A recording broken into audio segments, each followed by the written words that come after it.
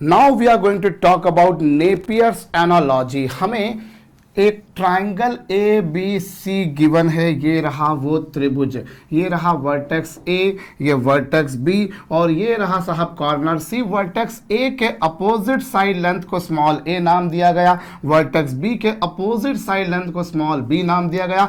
इसी तरीके से वर्टेक्स सी के अपोजिट साइड लेंथ यानी कि साइड लेंथ ए बी को स्मॉल सी नाम दिया गया है। बच्चों हमें इस ट्राइंगल में a minus B upon A plus b की वैल्यू बतानी है in terms of angle A, angle B and angle C. हमें इस रेशो की, इस एक्सप्रेशन की वैल्यू बतानी है इन तीनों कोणों के रूप में, इन तीनों कोणों की फॉर्म में। तो चलिए साहब हम काम शुरू कर देते हैं। हमें ये जो रेशो गिवन है इसे हम यहां पर साइन रूल का यूज करके सिंप्लीफाई करने की कोशिश करते हैं। साहब स्मॉल ए को मैं लिख सकता हूं 2r sin है, where r is the radius of the circum circle और यू से सर्कम रेडियस। और इसी तरीके से जो स्मॉल b होगा वो होगा 2r sin b, ये है साहब 2r sin a और ये है साहब 2r sin b। Numerator denominator दोनों में 2r जो है वो कॉमन निकल जाएगा और कॉमन निकलने के बाद में कैंसल भी हो जाएगा। नेक्स्ट स्टेप में आपको मिलेगा साहब sin a minus sin b over sin a plus sin b। यहां पर प्लस आएगा चूंकि यहां पर प्लस था। चलिए जनाब ये मैंने कर दिया। अब यहां पर क्या होगा बच्चों, sign A minus sine B को मैं यहां पर ट्रांसफॉर्मेशन फार्मूले का यूज करूं तो इसे मैं लिख सकता हूं 2 sine A minus B by 2 into cosine of A plus B by 2। और यहां sine A plus sine B क्या हो जाएगा बच्चों, 2 times of sine A plus B by 2 into साहब क्या, into cosine of A minus B by 2। ठीक है साहब। अभी 2 से 2 क्या हो चुका बच्चों, कैंसल हो चुका। 2 से 2 कैंसल हो चुका और ये जो एक्सप्रेशन आपके समक्ष लिखा हुआ आपको दिखाई दे रहा है इसे थोड़ा सा मैं रीअरेंज करता हूं बच्चों। ये sine A minus B by 2 था लिखा रखा, लेकिन ये जो cosine A minus B by 2 इस तरफ लिखा हुआ था उसे मैंने यहां लिख दिया। हल्का सा मैंने रीअरेंज करा है और कुछ नहीं करा साहब। इनटू में क्या, यहां पर न्यूमरेटर में क्या था, न्यूमरेटर में था cosine of A plus B by 2। ठीक है। और डिनोमिनेटर में क्या, डिनोमिनेटर में sine of A plus B by 2। ये लीजिए साहब। अब साइन अपॉन कॉस क्या होता है बच्चों, साइन और कोसाइन का जो रेशो होता है उसे हम कहते हैं tangent. So this is nothing but tangent of A minus B by 2। और ये जो कॉस और साइन का जो रेशो आपको नजर आ रहा है बच्चों इसे हम कहा करते हैं कॉट। तो ये हो जाएगा cotangent of A plus B by 2। So आपने क्या देखा बच्चों, A minus B upon A plus B जो था उसकी वैल्यू फाइनली आ चुकी है ये। अब ये जो वैल्यू हमने लिखी है बच्चों ये लिखी in terms of angle a and angle b. और अगर हमें यहाँ पर एंगल सी भी लाना पड़ जाए तो भी हम ला सकते हैं। एज सच तो आप इससे भी स्मरण रख सकते हैं, कंठस्थ कर सकते हैं, याद कर सकते हैं। किंतु परंतु हमारे पास में एक और तरीका हो सकता है बच्चों। ये देखिए ए माइनस बी बाई 2। अभी एंगल ए और एंगल बी के बारे में ही के रूप में ही हमने काम किया है, लेकिन अगर एंगल सी भी लाना हो तो लाया जा सकता है बच्चों। ए प्लस बी को मैं पाई माइनस सी अपॉन 2 लिखूं तो क्या कोई हर्ज है, हरगिज नहीं। क्यों, क्योंकि मैं जानता हूं साहब त्रिभुज के तीनों भीतरी कोणों का योग 180 डिग्री यानी कि पाई रेडियन होता है। So I can say that A plus B plus C is equal to pi, so that it concludes A plus B is equal to pi minus C. As such तो आपको पता था। कुछ लोगों को शायद लगा होगा कि अरे यार सर ये क्यों बोर कर रहे हो, पर भैया मुझे बताना था, कुछ लोगों को शायद नहीं भी पता हो इसीलिए मैंने बता भी दिया। तो ये हो चुका साहब tangent of A minus B by 2 और cotangent of pi by 2 minus C by 2 क्या होता है बच्चों, वो हो जाता है tan सी बाई 2। अरे भैया ये जो आपके पास में एक्सप्रेशन आपको नजर आ रहा है इसे क्या मैं cotangent of pi by 2 minus C by 2 नहीं लिख सकता, बिल्कुल लिख सकता। और cot pi by 2 minus theta क्या होगा बच्चों, cot pi by 2 minus theta होगा tan theta. So I can write this is tan C by 2। Yes. So आपके पास में इस तरीके से क्या पिक्चर बनकर आई बच्चों, A minus B upon A plus B is equal to आ चुका है साहब tangent of A minus B by 2 into cotangent of C by 2। देख सकते हैं आप। और sorry tangent of C by 2, cotangent नहीं, यहाँ तो टेंजेंट था, कॉटजेंट तो यहाँ था जो कि बाद में टेंजेंट में चेंज हो चुका। सो ये पिक्चर बनकर आ गई। अब इस टेंजेंट को यदि मैं यहाँ पर लेकर आ जाऊँ, ये जो टेंजेंट आपको नजर आ रहा है बच्चे से यहाँ पर लेकर आया जाए तो क्या हो जाएगा, इस बेसिस पर हो जाएगा ये tangent of A minus B by 2।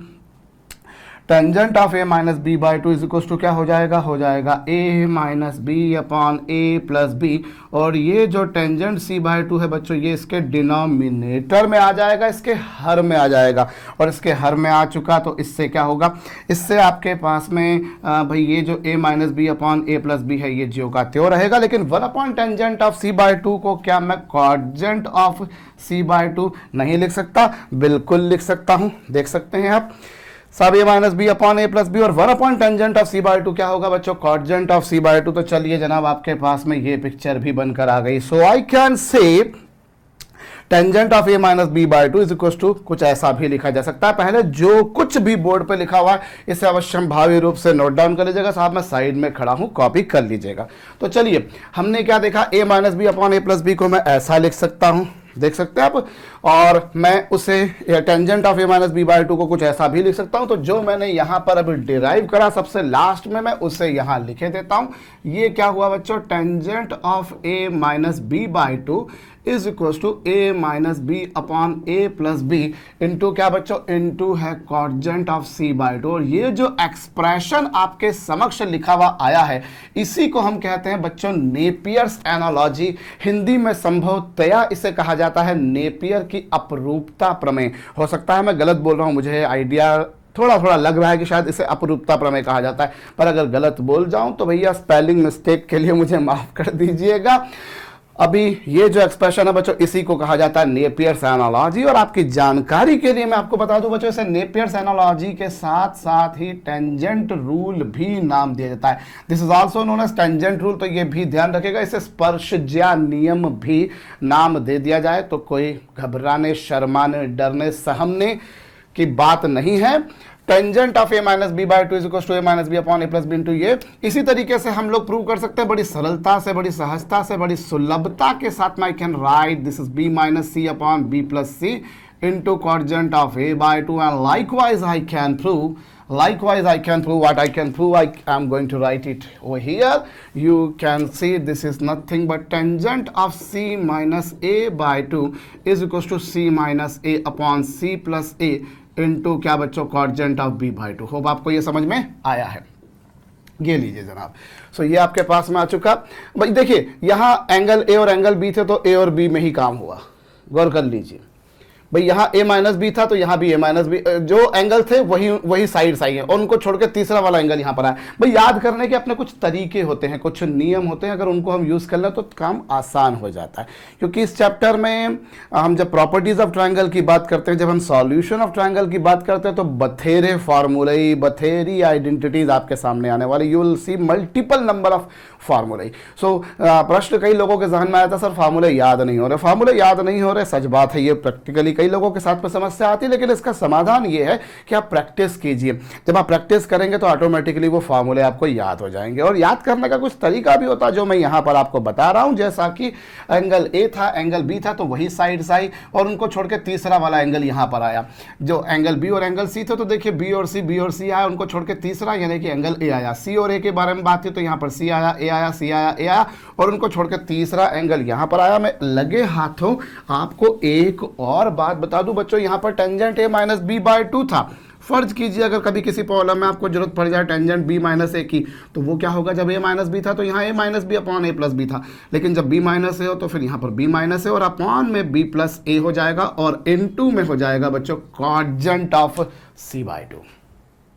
b और a था, जब यहाँ भी a था तो यहाँ भी b आया, लेकिन जब वहाँ a माइनस बी था तो a माइनस बी करा, लेकिन जब यहाँ पर b माइनस ए था तो यहाँ b माइनस ए करेंगे। और डिनोमिनेटर में तो हमें दोनों साइड लेंथ को जोड़ना है, ऐड करना है, उनका समेशन करना है। होप आपको ये बात समझ में आई है बच्चों। ये जो नियम है टेंजेंट रूल या नेपियर्स एनालॉजी, इसे हम एक स्टैंडर्ड फार्मूले की तरह ही लेकर काम करा करेंगे बच्चों। मैं बता दूं आपको लगे हाथों एक और काम की बात कि ये नियम हमारे लिए विशेष तौर पे तब बड़े काम का हो जाता है जब हमें कोई दो साइड्स लेंथ दे रखी हो ट्रायंगल की और उनके बीच का एंगल दे रखा हो, इंक्लूडेड एंगल जिसे हम बोलें। जैसे अगर कभी किसी प्रॉब्लम में आपको स्मॉल ए और स्मॉल बी दे रखा और उनका इंक्लूडेड एंगल सी दे रखा है, व्हाट आई टोल्ड, अगर आपको स्मॉल ए स्मॉल बी, आप ट्राइंगल वापस से रीड्रॉ कर दीजिए। ये लीजिए एंगल ए, एंगल बी, एंगल सी, ये ए है, ये बी है, एंगल सी है। सपोज कीजिए आपको ये दोनों साइड लेंथ दे रखे और इनके इंक्लूडेड एंगल दे रखा है, या आपको बी और सी दे रखा है, बी और सी दे रखा है और इंक्लूडेड एंगल एंगल ए दे रखा है। या इसी तरीके से अगर आपको सी और ए दे रखा है, सी दे रखा है, ए दे रखा है और इंक्लूडेड एंगल बी दे रखा है।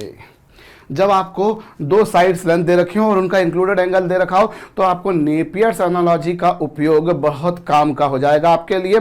ट्राइंगल को जब आपको सॉल्व करना हो, सॉल्व करने से मतलब क्या होता है मैं आपको बता दूं बच्चों, ट्राइंगल को सॉल्व करने का मतलब ये होता है कि अगर आपको ट्राइंगल के तीनों एंगल्स के बारे में जानकारी है, यदि आपको ट्राइंगल के तीनों साइड लेंथ्स के बारे में जानकारी है तो आप बोलते हैं आपको ट्राइंगल की जानकारी है। कई बार प्रश्नों में ऐसे ही बोल दिया जाता है कि solve the triangle. Solve the triangle मतलब आपको जो क्वांटिटीज दे रखी हैं उन क्वांटिटीज के इतर बाकी की क्वांटिटीज बताइए, यानी कि there are basically 6 type of quantities, 6 quantities, small a, small b, small c, which we call a side lengths of the triangle, and likewise angle A, angle B and angle C. Obviously these are the internal angle of the triangle. So if we people know all these 6 quantity, we say the triangle is known to us. हम बोलते हैं त्रिभुज के बारे में हमें जानकारी है यदि हमें इन 6 राशियों के बारे में जानकारी है।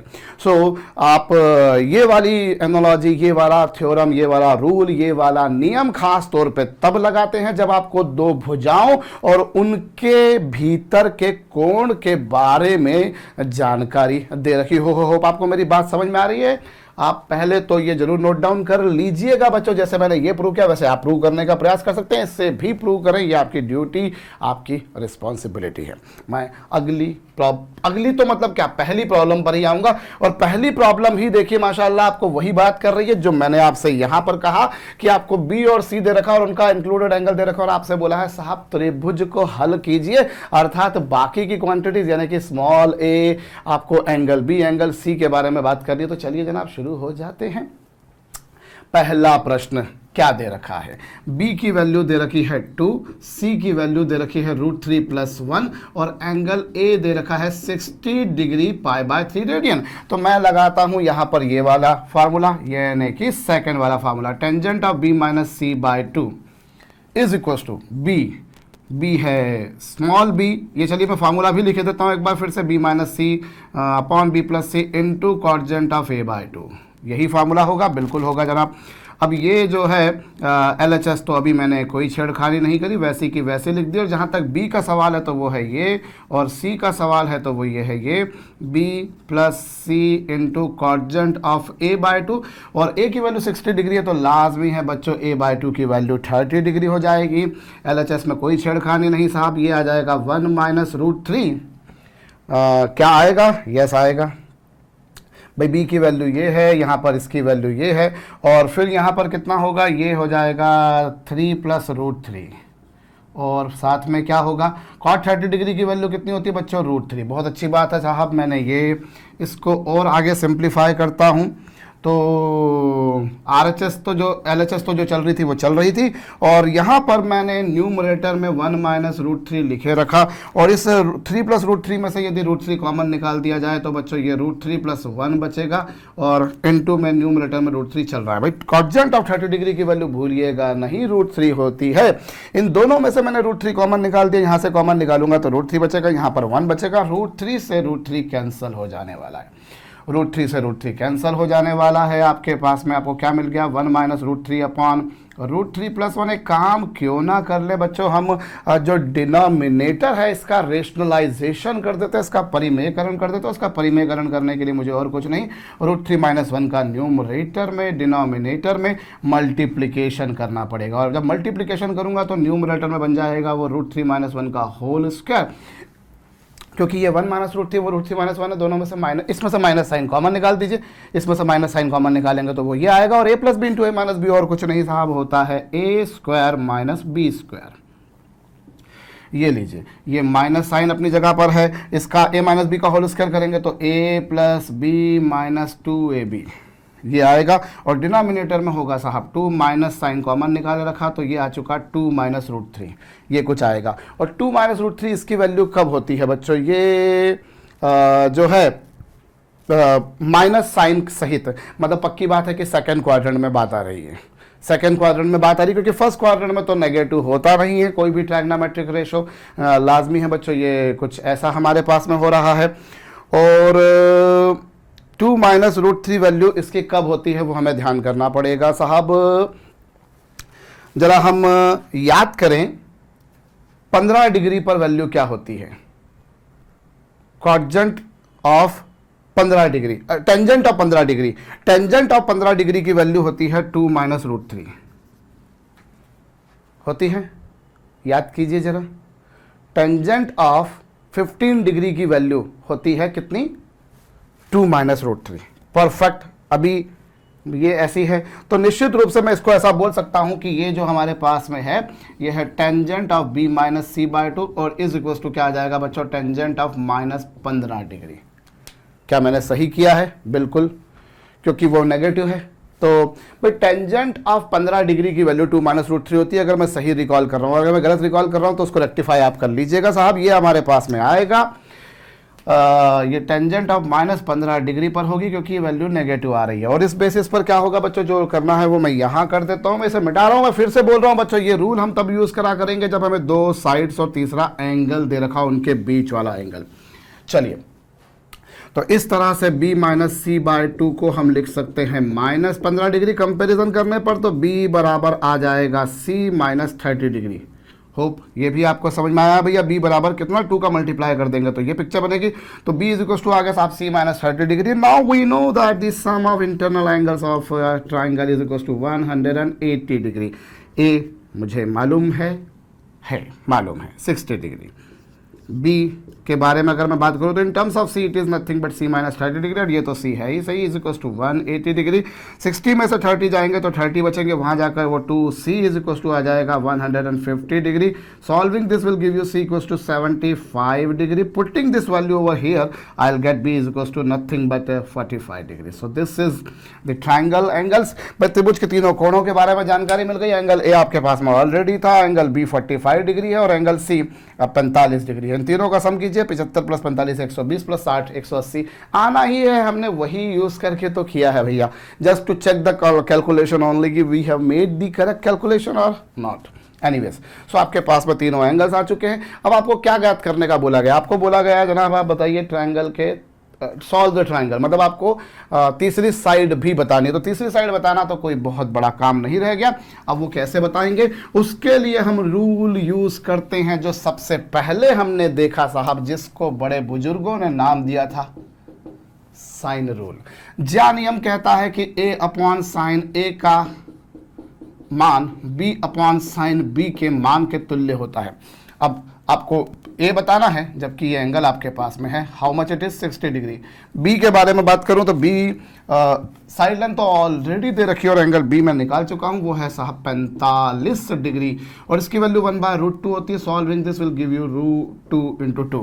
भैया 1/√2 होगा जो घूम फिर के ऊपर चला जाएगा और a इज इक्वल टू आ जाएगा साहब 2√2 और साइन 30 डिग्री की वैल्यू के बारे में बात की जाए तो वो √3/2 होती है। होप मैंने सही किया है।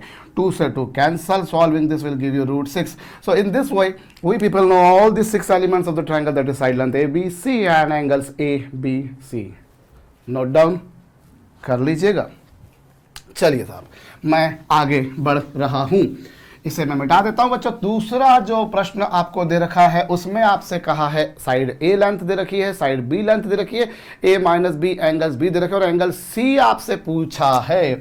तो मैं एक काम करता हूं साहब, मैं लगाता हूं यहां पर पहला वाला फॉर्मूला जो कहता है tan A माइनस B/2। इतनी तो अकल लग रही है कि कहीं ना कहीं मुझे चूंकि नेपियर्स एनालॉजी में ये प्रॉब्लम लिखी हुई आ रही है, मतलब ये नेपियर्स एनालॉजी तो मेरे को लगाना पड़ेगी। तो चलिए ये tan A माइनस B/2 और एंगल A के बारे में बात करी जाए। ओ वो तो आपको दे ही रखा है, एंगल A माइनस B आपको दे रखा है ऑलरेडी 90 डिग्री, तो वेल एंड गुड, ये हमने कर दिया। और A की वैल्यू आपको दे रखी है √3, ये 1, ये √3, ये 1 और कॉट यही तो मालूम करना है, तो कोई बड़ा काम रह नहीं गया। tan 45 डिग्री की वैल्यू 1 होती है, ये √3 + 1 यहाँ आ जाएगा, √3 - 1 यहाँ आ जाएगा, इज इक्वल टू आ जाएगा साहब कॉर्जेंट ऑफ C/2। रेशनलाइजेशन कर दीजिए, रेशनलाइजेशन करेंगे तो मेरे ख्याल से ये 2 + √3 आना चाहिए। चेक कीजिएगा जरूर से साहब, हो सकता है मैंने गलत भी करा हो। भाई आप इसको करेंगे तो ये कुछ ऐसा आएगा, क्योंकि आप √3 - 1 का ऊपर √3 - 1 का √3 + 1 का ऊपर नीचे मल्टीप्लाई करेंगे तो यही कुछ पिक्चर बनकर आएगी। और कॉर्जेंट ऑफ c/2 की कॉर्जेंट थीटा की वैल्यू 2 + √3 कब होती है? मेरे ख्याल से तो वो 15 डिग्री पर होती है। 15 डिग्री पर टेंजेंट की वैल्यू होती है 2 - √3, लेकिन कॉर्जेंट की वैल्यू होती है 2 + √3। तो इस तरीके से आपको मिल जाएगा एंगल C कितना, nothing but is equal to 30 degree. अगर कैलकुलेशन में फिर भी मैंने गलती करी है तो साहब आपको रेक्टिफाई करना है, वो आपको मैं बता चुका हूं। मैं अगली प्रॉब्लम पर आ रहा हूं जिसमें आपको साइड लेंथ C और साइड लेंथ A में रिलेशनशिप दे रखी है, C is equal to twice of A, और आपको पूछा है cotangent of B/2 into cotangent of C minus A/2 की वैल्यू। तो चलिए जनाब मैं ये वाली आइडेंटिटी यूज करता हूं, ये है tangent of C minus A/2 is equal to C minus A, और C की वैल्यू आप देख लीजिए 2A है, दे रखी है, प्रॉब्लम बनाने वाले ने मेरे मर्जी से नहीं लिखा। C बराबर 2A मैंने यहाँ रख दिया, C बराबर 2A, और कितना कॉर्जेंट ऑफ B/2। चलिए जनाब ये आ चुका आपके पास में।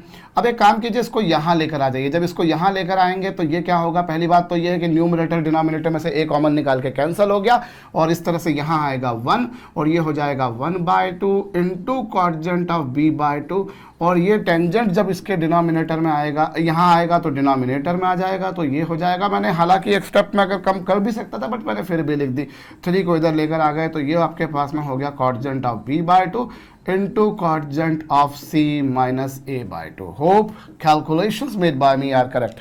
कैलकुलेशन तो ऐसा कुछ किया नहीं था मैंने, भाई 3 को यहाँ लेके चला जाऊंगा तो आप देख लीजिए जो एक्सप्रेशन आपसे पूछा था उसकी वैल्यू और कुछ नहीं वही आएगी जो मैंने निकाली है। अगला प्रश्न जो दे रखा है बच्चों, उसमें आपको एंगल B दे रखा है, और साइड लेंथ B दे रखी है, साइड लेंथ C दे रखी है, और cosine of B minus C भी आपको दे रखा है। और आपसे पूछा है क्या, आपसे पूछा है स्मॉल a की वैल्यू। तो कोसाइन थीटा, वो मैं याद दिला दूं बच्चों, कोसाइन 2 थीटा को हम लिख सकते हैं 1 - tan square theta upon 1 + tan square theta. आप जानते हैं उस बेसिस पर आपको याद दिला दूं बच्चों में, tan थीटा को हम लिख सकते हैं under the root of 1 - cos 2 theta. Component और डिविडेंड लगा दीजिए या क्रॉस मल्टीप्लिकेशन कर दीजिए, आपको ये मिल जाएगा। उस बेसिस पर आपको मिल जाएगा tangent of B minus C/2 is equal to under the root of 1 - 31/32 और 1/31 32। ये कुछ ऐसा। एलसीएम ले लेंगे, यहाँ पर एलसीएम लेंगे तो कुछ ऐसी पिक्चर बनेगी। यहाँ पर आपके पास में 1/√63 आ जाएगा। ये किसकी वैल्यू आ जाएगी साहब, ये आपके पास में टेंजेंट B माइनस C/2 की वैल्यू आएगी। टेंजेंट B माइनस C/2 की वैल्यू कितनी आ गई, क्योंकि एलसीएम लेंगे तो यहाँ 1 बचेगा, यहाँ 32 और 31 63 ही होता है। Well and good.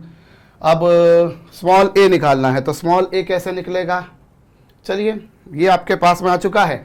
अब आप एक काम कीजिए, आप लगाइए ये वाला फॉर्मूला जो कहता है tangent of B minus C/2 is equals to B minus C, और B की वैल्यू है 5, इसकी वैल्यू है 4, इसकी वैल्यू 5, इसकी वैल्यू 4, और इनटू में कितना बच्चों, cotangent of A/2, कॉर्जेंट of A/2 आ जाएगा, और ये हो जाएगा 9। सो ये 9/63, 9/63 को क्या मैं 81/63 नहीं लिख सकता, बिल्कुल लिख सकता हूं। तो ये आ गया आपके पास में कॉर्जेंट ऑफ A/2। अभी कुछ कैंसिल हो रहा है, 9 से ये कितने टाइम्स कैंसिल हो रहा है साहब, 9 से ये कैंसिल हो रहा है 9 टाइम्स, और 9 से ये कैंसिल हो रहा है 7 टाइम्स। सो ये आ गया साहब 3/√7 इंटू कितना, इज इक्वल टू कितना, कॉर्जेंट ऑफ A/2। तो ये कॉर्जेंट ऑफ A/2 आया है, कॉर्जेंट ऑफ A/2 आया है। तो आप इससे क्या निकाल सकते हो, आपको क्या निकालना है, स्मॉल a निकालना है, साइड लेंथ a की वैल्यू निकालनी है। और साइड लेंथ a की वैल्यू कैसे निकलेगी, जब आपके पास में एंगल a भी हो तो वो यहाँ से आ जाएगा। कॉर्जेंट थीटा की वैल्यू 3/√7 कैसे हो सकती है, चलिए काम कर लेते हैं इसके ऊपर भी। पहले ये जरूर नोट डाउन कर लीजिएगा बच्चों। अब अगर ऐसा है तो टेंजेंट A/2 की वैल्यू कितनी होगी, टेंजेंट A/2 की वैल्यू होगी √7/3 होगी, बिल्कुल होगी साहब। अब मैंने ये मिटा दिया साहब।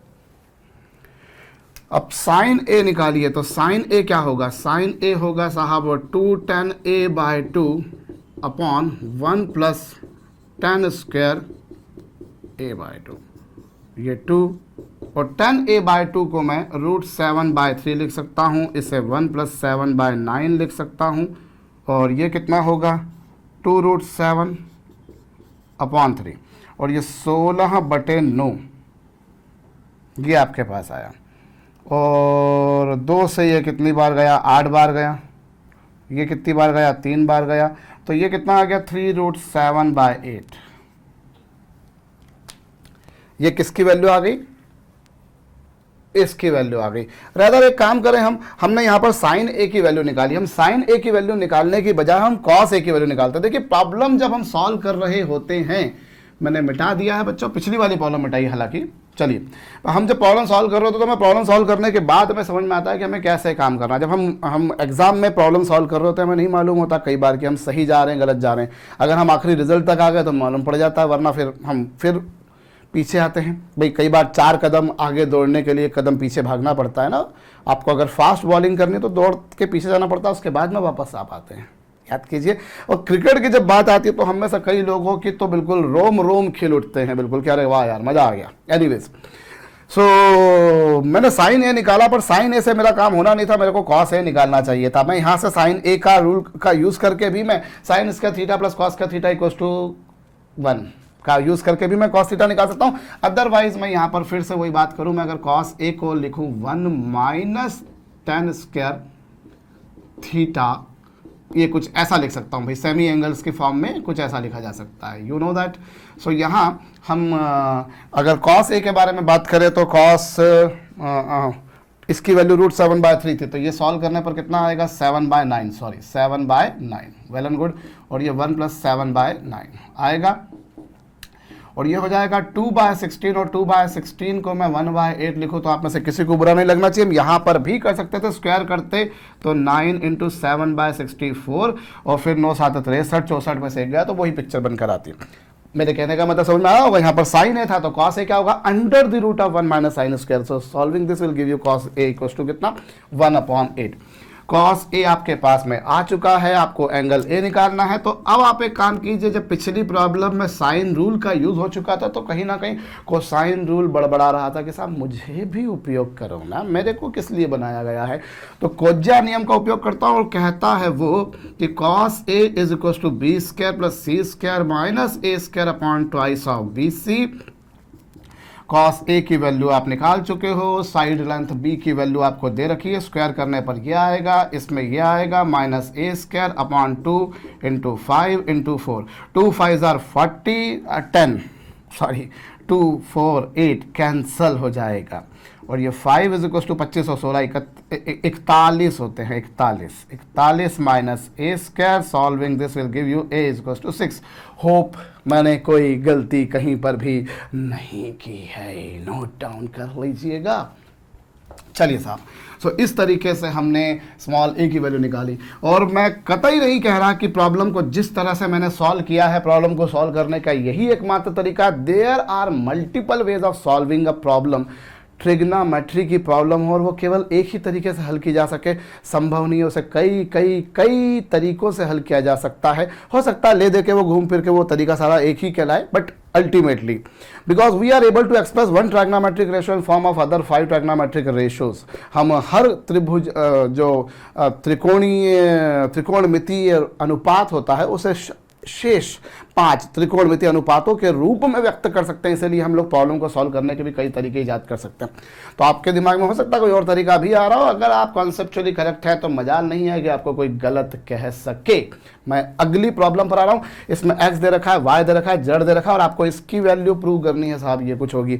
तो चलिए जनाब, हम यहाँ पर एक बात देखें कि अगर मैं इस रूल का यूज़ करूं तो tangent of a minus b/2 और ये cot c/2 को जब मैं इधर डिनोमिनेटर में लाऊंगा फिर वो डिनोमिनेटर से न्यूमरेटर में जाएगा तो आपको मालूम है वो tan c/2 आएगा और इसकी वैल्यू क्या आ जाएगी a minus B upon a plus B.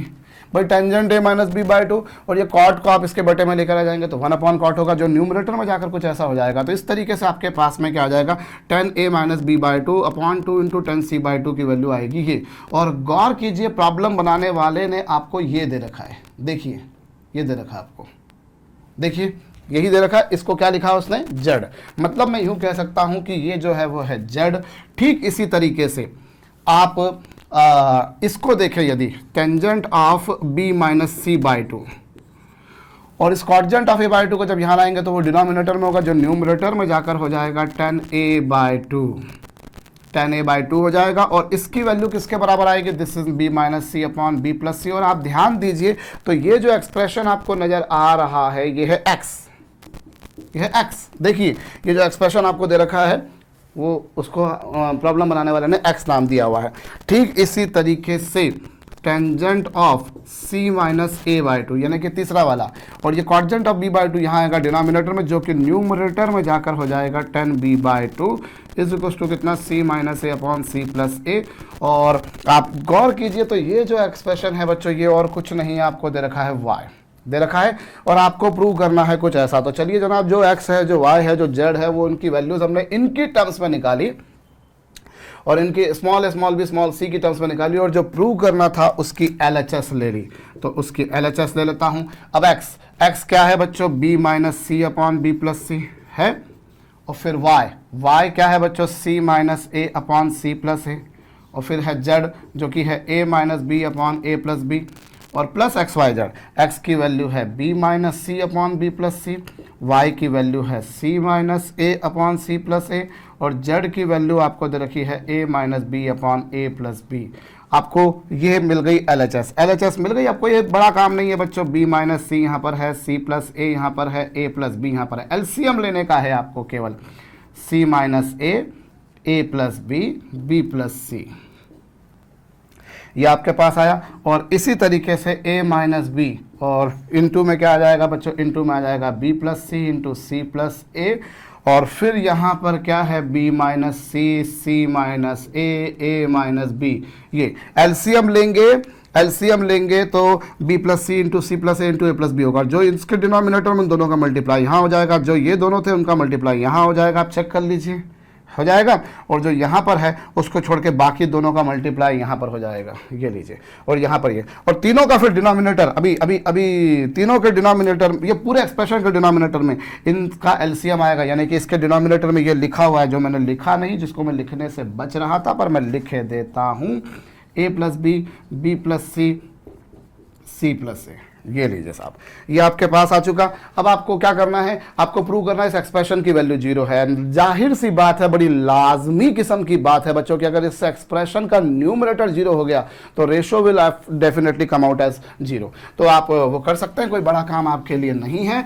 इसे आपको सिंप्लीफाई करना है, बस प्लस माइनस की गलतियों का ख्याल आपको रखना है, जो अमूमन मैं खुद रखने में नहीं सफल हो पाता हूँ।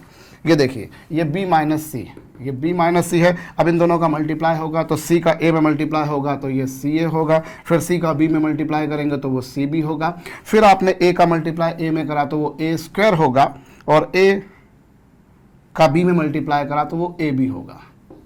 ये आपके पास में आ चुका भाई। c का a में मल्टीप्लाई करा, c का b में मल्टीप्लाई करा, a का a में मल्टीप्लाई करा, और a का b में मल्टीप्लाई कर दिया। ठीक इसी प्रकार से यहाँ पर क्या करूँ मैं, c माइनस ए, भाई ये c माइनस ए तो एज इट इज रखा मैंने, ये लीजिए आप। अब आप इनका मल्टीप्लाई कीजिए, a into b, a into c, a into b, a into C plus b into b, यानी कि b स्क्वायर, और b का c में मल्टीप्लाई यानी कि bc।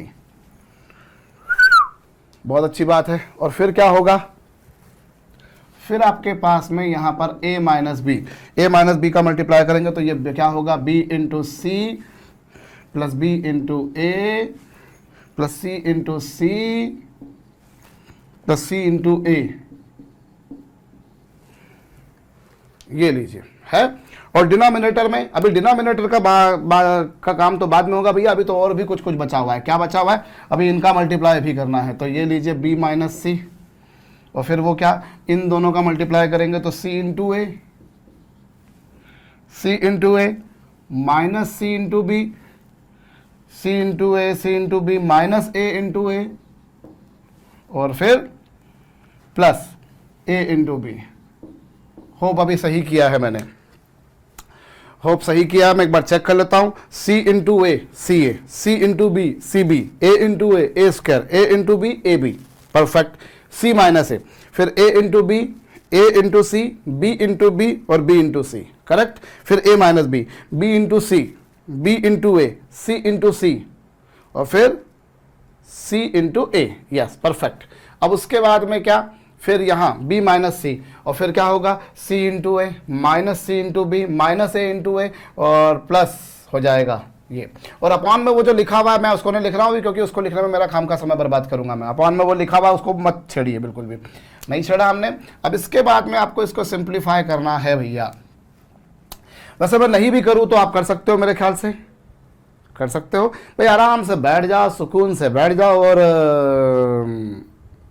जो है आप बस प्लस माइनस का ध्यान रखिएगा। और ऐसे प्रॉब्लम्स में ले दे के होता वही है कि हर माइनस का एक जोड़ीदार प्लस मिलता है, हर प्लस का एक जोड़ीदार माइनस मिलता है, जो एक दूसरे को खा जाते हैं और फाइनली आंसर 0 आ जाता है। वही आपको प्रूव करना है, तो करिए, मैं भी कोशिश कर लेता हूँ।